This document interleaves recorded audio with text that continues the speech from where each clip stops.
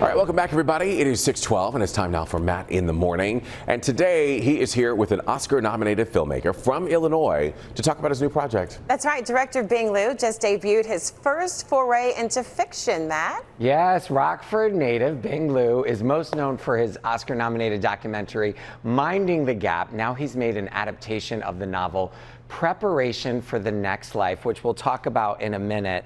But welcome home, my friend. Yeah, glad to be back. I know you're a big New York City boy, but how does it feel to come to Chicago again? It's great. I mean, I feel like you can just smell it in the air. There's just a Midwest niceness. Is that? Oh, okay. That's what I was wondering. What you were smelling. No, it's not. It's not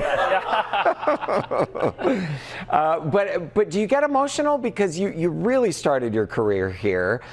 You directed numerous episodes of Chicago PD and Shameless, and that's got to stir up something. You're coming back with your own feature film. Yeah, well, I worked on the crew set. I was in the camera department, and it was emotional last night. We did a screening here, an advanced screening, and there were some people that I used to work with on those shows and movies that came out, and it was like, oh my God, you know, like, remember how we were coming up on the crew side? Like, it's so amazing now, you know, one of us got to direct one of these things. Oh, they put you in a headlock and give you nuggies. Yeah, exactly.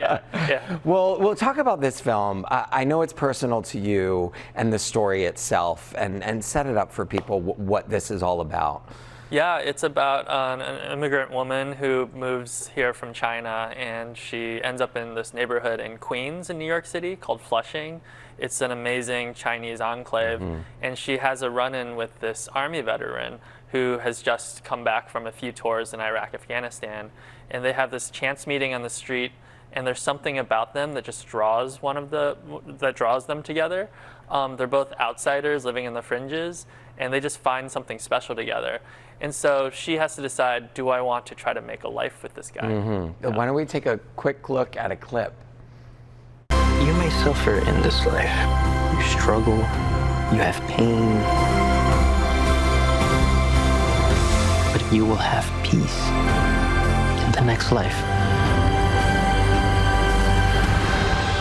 It's beautiful, but I'm living in this life now. I have to say, I thought it was a stunning film. It was intimate, and it was a look at people who come to this country, and it was very personal.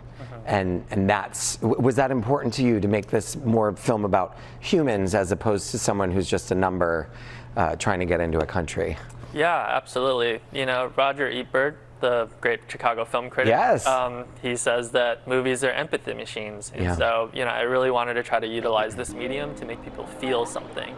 You know, yes, there are a lot of themes and issues that it touches on, but first and foremost, I wanted this to be an emotional journey.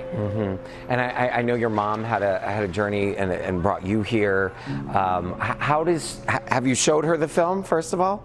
She hasn't seen the film yet. It's only been, you know, doing advanced screening so far. Also, she just moved to rural Kentucky. Okay. So I don't know when I'm going to get the chance to be able to get her to a theater. So. Send her a link, but it must be nice because in a way it's probably a love letter to her as well. 100%. My mom, when she and I moved here, she was working Chinese restaurants. She worked her way up. She had a dream. She achieved it, but there was a cost to that. There always is. So where can we see it here in Chicago? It's going to be playing at the Alamo Draft House starting this week. Fantastic. Congratulations. It is a beautiful film. Dare I say, let's put some Oscar buzz out there. Let's get that magic out there. Good to see you. Welcome home. Yeah, thank you. Thanks so Bing. much.